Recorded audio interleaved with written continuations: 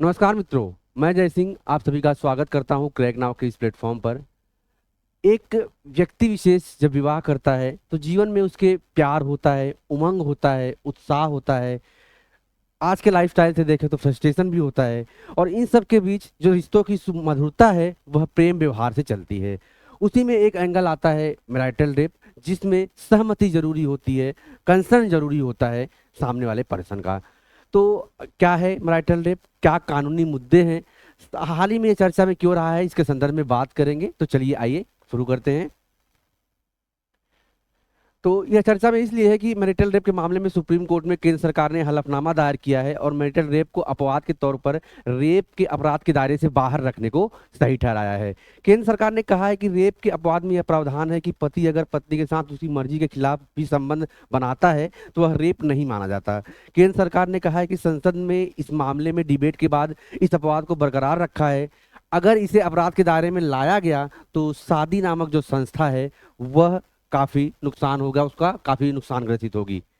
शादी संस्थान की बुनियाद हिल जाएगी। सरकार का यह कहना है कि केंद्र सरकार की ओर से होम मिनिस्ट्री ने हलफनामा दायर किया है और कहा है कि शादीशुदा जिंदगी में पति पत्नी के बीच बनने वाले संबंध के मामले को रेप के दायरे में लाना अति कठोर व्यवस्था होगी और इसका सामाजिक और कानूनी प्रभाव पड़ेगा। इसका असर शादी संस्थान पर पड़ेगा, यानी शादी संस्थान की बुनियाद हिल जाएगी।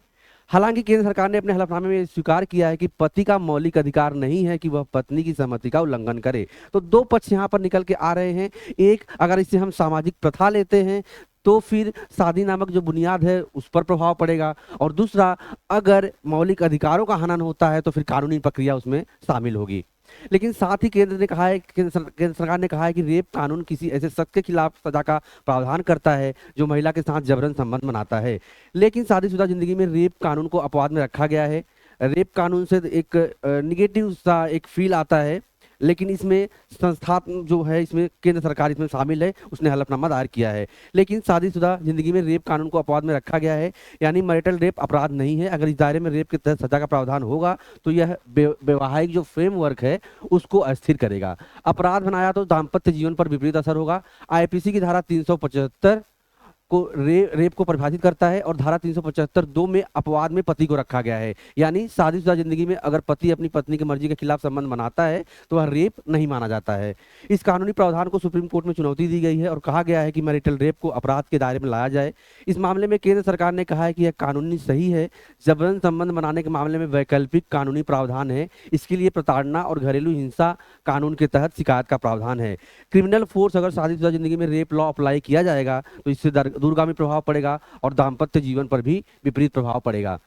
सहमति जरूरी, लेकिन रेप लॉ के दायरे में नहीं लाना चाहिए। केंद्र सरकार का कहना है कि सहमति अहम है। सरकार ने कहा कि रेप लॉ एक सख्त कानून है, लेकिन अगर शादीशुदा जिंदगी में पति के खिलाफ इस कानून का इस्तेमाल होगा तो शादी संस्थान की बुनियाद डैमेज होगी और साथ ही साथ यह गंभीर प्रभाव डालेगा समाज पर।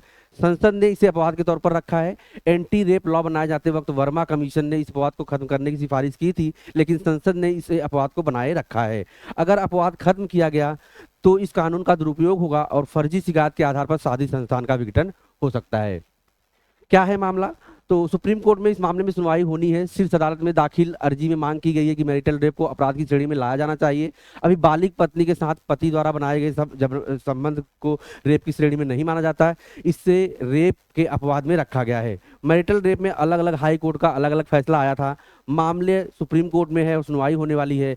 ऐसे में पिक्चर सुप्रीम कोर्ट की सुनवाई के बाद ही साफ हो पाएगी। मैरिटल रेप पर दिल्ली हाई कोर्ट में आया था खंडित फैसला। तो यह फैसला पहले जो दिल्ली हाई कोर्ट ने दिया था वह स्पष्ट रूप से नहीं आया, खंडित रूप में उसका जवाब आया, जिससे फिर केंद्र सरकार ने सुप्रीम कोर्ट में यह हलफनामा दायर किया है। दिल्ली हाई कोर्ट में मैरिटल रेप को अपराध के दायरे में लाने के लिए अर्जी दाखिल की गई थी। दिल्ली हाई कोर्ट ने 11 मई 2023 को इस मामले में जो फैसला दिया वह बंटा हुआ था। दो जजों की बेंच में एक जज ने इसे आपराधिक श्रेणी में लाने की बात कही तो दूसरे ने इसके विपरीत आशय जाहिर किया, जिसके बाद यह मामला सुप्रीम कोर्ट के सामने आ गया। कानून में मैरिटल रेप है अपवाद तो आईपीसी की धारा 375 की बात हमने देखी है, या फिर भारतीय न्याय संहिता धारा 63 में रेप को परिभाषित किया गया है। कानून कहता है कि अगर कोई शख्स किसी भी महिला के साथ उसकी मर्जी के खिलाफ संबंध बनाता है तो वह रेप होगा। साथ ही बालिग पत्नी के साथ जबरन संबंध रेप का अपवाद होगा। पत्नी नाबालिग है तो फिर रेप केस दर्ज होगा, लेकिन पत्नी बालिग है तो फिर पति को रेप के अपवाद में दायरे में रखा गया है, अपवाद के दायरे में रखा गया है।